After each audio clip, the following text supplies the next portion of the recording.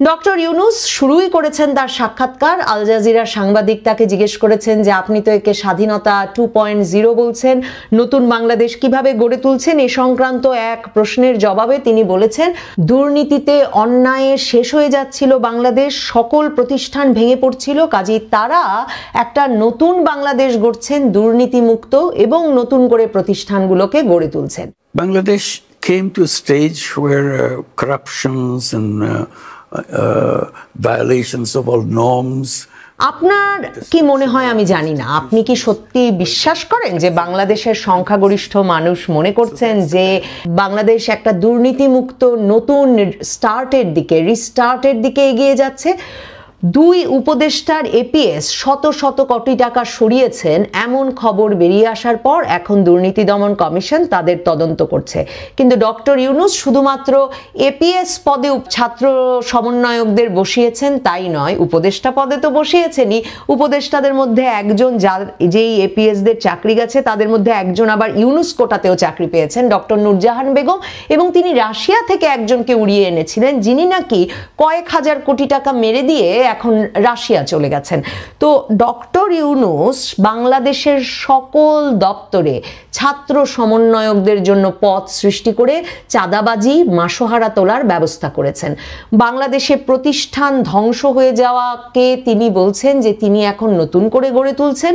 কিন্তু আমরা দেখছি যে শুধু রাজপথে গিয়ে পিটিয়ে পিটিয়ে তারা মানুষের ব্যবসা প্রতিষ্ঠান বাড়ি ভাঙা এখনো অব্যাহত রেখেছে তাই নয়, বরং সারা বাংলাদেশ থেকে খবর আসছে ভুক্তভোগীদের বরাতে যে এই বৈষম্য বিরোধী ছাত্র আন্দোলনের সমন্বয়কদের বিভিন্ন নেতাদেরকে সারা বাংলাদেশে মানুষের বাড়ি টেকাতে, ব্যবসা প্রতিষ্ঠান টেকাতে মাসোহারা দিয়ে জীবন কাটাতে হচ্ছে। এমন এক বাংলাদেশে সত্যি ডক্টর ইউনূস বিশ্বাস করেন যে তার সরকারকেই ভালো সমাধান মনে করছে বাংলাদেশের মানুষ? এ কথা ছেড়ে দিলাম। ডক্টর ইউনূস এই সাক্ষাৎকারে বলেছেন তিনি জাতিসংঘের সঙ্গে কথা বলছেন, তার সরকার ব্যাপক তৎপরতা চালাচ্ছে যাতে বাংলাদেশে থাকা লাখ লাখ শরণার্থীকে তাদের দেশে ফেরত পাঠানো যায় এবং সেখানে গিয়ে তারা তাদের জমিজমা বসতবাড়ি ফেরত পান। Rohingya issue with international organizations, United Nations, and also to make sure that ভীষণ মিথ্যা কথা। ডক্টর ইউনূস সরকার আলাপ শুরু করেছেন জাতিসংঘের পরামর্শের ভিত্তিতে আরাকান আর্মির সঙ্গে। আরাকান আর্মি এখন রাখাইন রাজ্যের নিয়ন্ত্রণে। জাতিসংঘ মহাসচিব বলেছেন এখন রোহিঙ্গাদের ফেরত পাঠানো সম্ভব না। ডক্টর ইউনূসের রোহিঙ্গা শরণার্থী বিষয়ক উচ্চ প্রতিনিধি খলিলুর রহমান বলেছেন এখন রোহিঙ্গা শরণার্থীদের ফেরত পাঠানো সম্ভব না। রোহিঙ্গা শরণার্থী ফেরত পাঠানোর বাংলাদেশ সরকারের আলোচনা চলছিল মিয়ানমার জান্তা সরকারের সঙ্গে।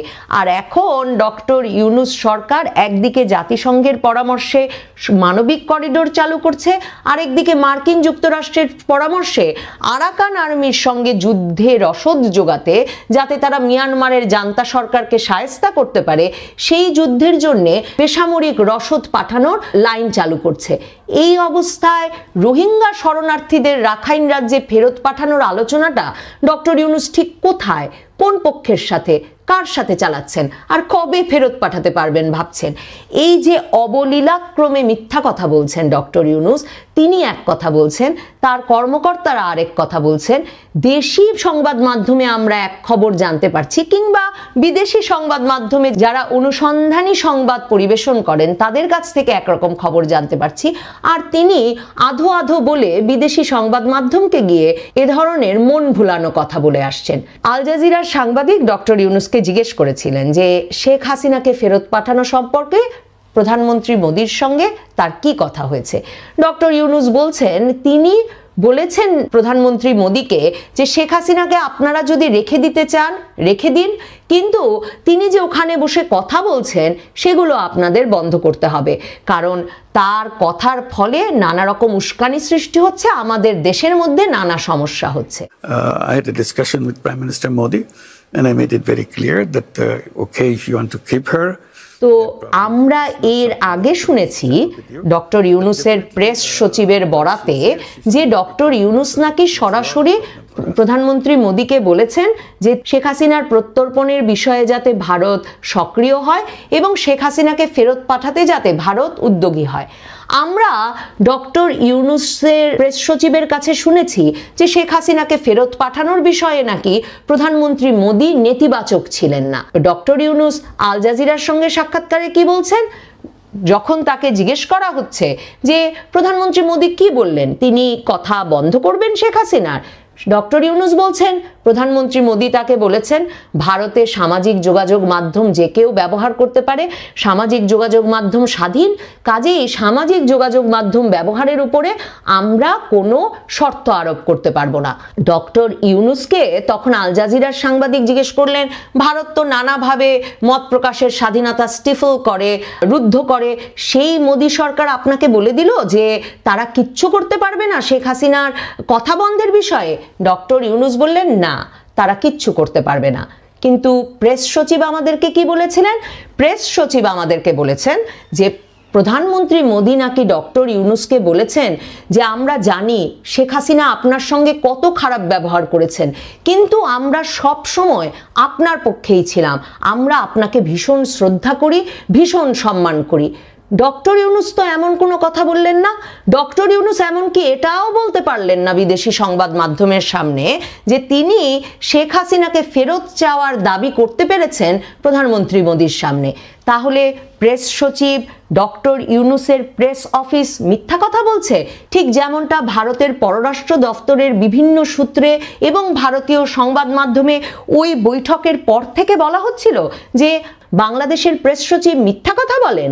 একটা দ্বিপাক্ষিক বৈঠকের পর, দ্বিপাক্ষিক শীর্ষ বৈঠকের পর ডক্টর ইউনূসের প্রেস উইং বানিয়ে বানিয়ে মিথ্যা কথা বললে বাংলাদেশে আমরা যারা এই প্রেস উইং এর সূত্রে বিশ্বাস করে সংবাদ পরিবেশন করি তারা কি করে নির্ভরযোগ্য সংবাদ পরিবেশন করব? কেন একটি প্রেস উইং মিথ্যা কথা বলবে একটি শীর্ষ বৈঠক সম্পর্কে? আমার জন্য এই মিথ্যার বেসাতির আরো ইন্টারেস্টিং, আরো কৌতূহলোদ্দীপক অংশ ছিল যখন ডক্টর ইউনূসকে প্রেসিডেন্ট ট্রাম্প প্রসঙ্গে প্রশ্ন করেন আল জাজিরার সাংবাদিক। আল জাজিরার সাংবাদিক সরাসরি তাকে জিজ্ঞেস করেন যে প্রেসিডেন্ট ট্রাম্প তো আপনার ওপর অসন্তুষ্ট, কারণ তিনি বলেন যে আপনি তাকে হারিয়ে দিতে টাকা ঢেলেছিলেন, কাজেই আপনার সঙ্গে প্রেসিডেন্ট ট্রাম্পের সম্পর্কটি কেমন থাকবে? খুবই লক্ষণীয় যেটি ডক্টর ইউনূস সেই অভিযোগ অস্বীকার করেন না। অর্থাৎ হিলারি ক্লিন্টনের নির্বাচনী তহবিলে যে তিনি টাকা দিয়েছিলেন সেই অভিযোগ তিনি একেবারেই অস্বীকার করেন না, সে প্রসঙ্গে তিনি কোনো উত্তরই দেন না। প্রেসিডেন্ট ট্রাম্পের সঙ্গে আমাদের সম্পর্ক খুব উষ্ণ এবং ভালো আছে। We have good relations with the Trump administration. We have no problem. We work together. We look forward to build a relationship, strong relationship with the Trump administration. কিন্তু আপনারা নিশ্চয়ই জানেন যে নবনীতা চৌধুরীর বয়ানে যখন আমি জানুয়ারি মাসে ট্রাম্প আসলে ইউনূসের কি ভবিষ্যৎ এমন একটি বয়ান তৈরি করেছিলাম এবং যেখানে আমি অ্যাসোসিয়েটেড প্রেসের 2016 সালে হিলারি ক্লিন্টনের নির্বাচনের ঠিক আগে আগে করা একটি সারা বিশ্বে আলোড়ন তোলা অনুসন্ধানী প্রতিবেদন, সেটির ওপর ভিত্তি করে এবং আরো কয়েকটি আন্তর্জাতিক সংবাদ মাধ্যমে আসা খবরের ওপর ভিত্তি করে বলেছিলাম ডক্টর ইউনূসের তরফ থেকে ক্লিন্টন ফাউন্ডেশনের সঙ্গে একটা অর্থের লেনদেনের সম্পর্ক, অর্থাৎ ডক্টর ইউনূস তার গ্রামীণের মার্কিন যুক্তরাষ্ট্রে থাকা দফতরগুলো থেকে, গ্রামীণ ট্রাস্ট সহ গ্রামীণের যে উইংগুলো মার্কিন যুক্তরাষ্ট্রে আছে সেগুলো থেকে বড় ধরনের তহবিল বরাবর ক্লিন্টন ফাউন্ডেশনে দিয়ে আসছেন। এবং এপি লিখছে যে মার্কিন পররাষ্ট্রমন্ত্রী হিসেবে দায়িত্ব পালন করার সময় হিলারি ক্লিন্টন তার ক্লিন্টন ফাউন্ডেশনে বড় ধরনের ডোনেশনের কারণে ডক্টর ইউনূসের জন্য বাংলাদেশের সরকারকে বিভিন্ন রকম চাপ প্রয়োগ করেছেন যাতে ডক্টর ইউনূস তার গ্রামীণ ব্যাংকের পথটি ধরে রাখতে পারেন। অ্যাসোসিয়েটেড প্রেসের সেই অনুসন্ধানী প্রতিবেদনটির কোনো প্রতিবাদ তখন হিলারি ক্লিন্টনের নির্বাচনী ক্যাম্পেইন থেকে বা হিলারি ক্লিন্টনের অফিস থেকে করা হয়নি, এমনকি ডক্টর ইউনূসের তরফেও করা হয়নি, বরং হিলারি ক্লিন্টনের নির্বাচনী ক্যাম্পেইনকে সরাসরিভাবে তখন ক্ষতিগ্রস্ত করেছিল, প্রশ্নের সম্মুখীন করেছিল ডক্টর ইউনূস এবং হিলারি ক্লিন্টনের মধ্যকার এই সম্পর্ক নিয়ে অনুসন্ধানী প্রতিবেদনটি, যেটি তৈরি করেছিল মার্কিন যুক্তরাষ্ট্রের বিখ্যাত বার্তা সংস্থা অ্যাসোসিয়েটেড প্রেস। এই সূত্রের বরাত দিয়ে এবং পরবর্তীতে হিলারি ক্লিন্টনের নির্বাচনী ক্যাম্পেইনে ডক্টর ইউনূসের টাকা দেওয়া এবং তা নিয়ে প্রেসিডেন্ট ট্রাম্পের ব্যক্তিগত পর্যায়ে অসন্তোষ প্রকাশ করা, সেগুলো নিয়েও আন্তর্জাতিক সংবাদ মাধ্যমে বহু প্রকাশিত খবর আছে। সেই কথাগুলো যখন আমি নবনীতা চৌধুরীর বয়ানে বলি, তখন ডক্টর ইউনূসের প্রেস সচিব শফিকুল আলম আমাকে হুমকি দিয়ে, আমার মতো সামান্য মানুষকে হুমকি দিয়ে তার ফেসবুকে স্ট্যাটাস দেন এবং তিনি লেখেন যে আমি অবলীলায় মিথ্যা প্রচার করছি। কখনো ডক্টর ইউনূস হিলারি ক্লিন্টনের ক্যাম্পেইনে কোনো অর্থ দেননি। এখন আমার দাবি, প্রেস সচিব শফিকুল আলম তিনি যেন আল জাজিরার সাংবাদিকের উদ্দেশ্যে এমন একটি ফেসবুক স্ট্যাটাস দেন যে আল জাজিরার সাংবাদিক অবলীলায় মিথ্যা কথা বলছে। আর অবলীলায় যদি মিথ্যা কথা বলেই থাকেন দেশি বিদেশি সাংবাদিকেরা, নবনীতা চৌধুরী সহ, যে ডক্টর ইউনূস হিলারি ক্লিন্টনের নির্বাচনী তহবিলে টাকা দিয়েছেন, তাহলে ডক্টর ইউনূস সেই প্রতিবাদ অন ক্যামেরা আল জাজিরায় করে এলেন না কেন? সেটা করবার জন্য, সেই ঢাক বাজানোর জন্য তিনি তার প্রেস উইংকে রেখে দিয়েছেন। আসলে ডক্টর ইউনূস এবং তার প্রেস উইং বরাবর বাংলাদেশের সংবাদ মাধ্যমকে এক ধরনের খবর দিতে চায় আর বিদেশে আরেক রকমের খবর প্রচার করতে চায়। তারা ভুলে যায় যে আসলে তারা ছাড়াও আরো অনেকে দেশি বিদেশি সংবাদ মাধ্যমের বিভিন্ন ভাষা পড়তে পারে। ইংরেজি ভাষাটি আমরা অনেকেই মোটামুটি বুঝতে পারি, পড়তে পারি এবং সূত্র মিলিয়ে সংবাদ পরিবেশনের শিক্ষা আমাদের সাংবাদিকতাতেও আছে। ডক্টর ইউনূসকে জিজ্ঞেস করা হয়েছিল নির্বাচন কবে, তিনি আবারও সেই সংস্কার, স্প্রেডশিট, সেই বিরাট গল্প বলেছেন, জুলাই ঘোষণাপত্র, সেই বিরাট গল্প তুলে ধরে বলেছেন ডিসেম্বরে অথবা জুনে।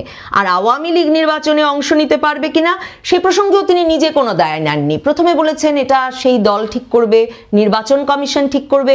আল জাজিরার সাংবাদিক যখন তাকে বলেছে তার মানে নির্বাচন কমিশনই সিদ্ধান্ত নেবে যে আওয়ামী লীগ নির্বাচনে অংশ নেবে কিনা, তখন তিনি আবার বলেছেন যে না, হয়তো অন্য দলগুলো আপত্তি করতে পারে যে কোন আইনের অধীনে আওয়ামী লীগ নির্বাচনে অংশ নিতে পারে না সেটি তুলে ধরতে পারে।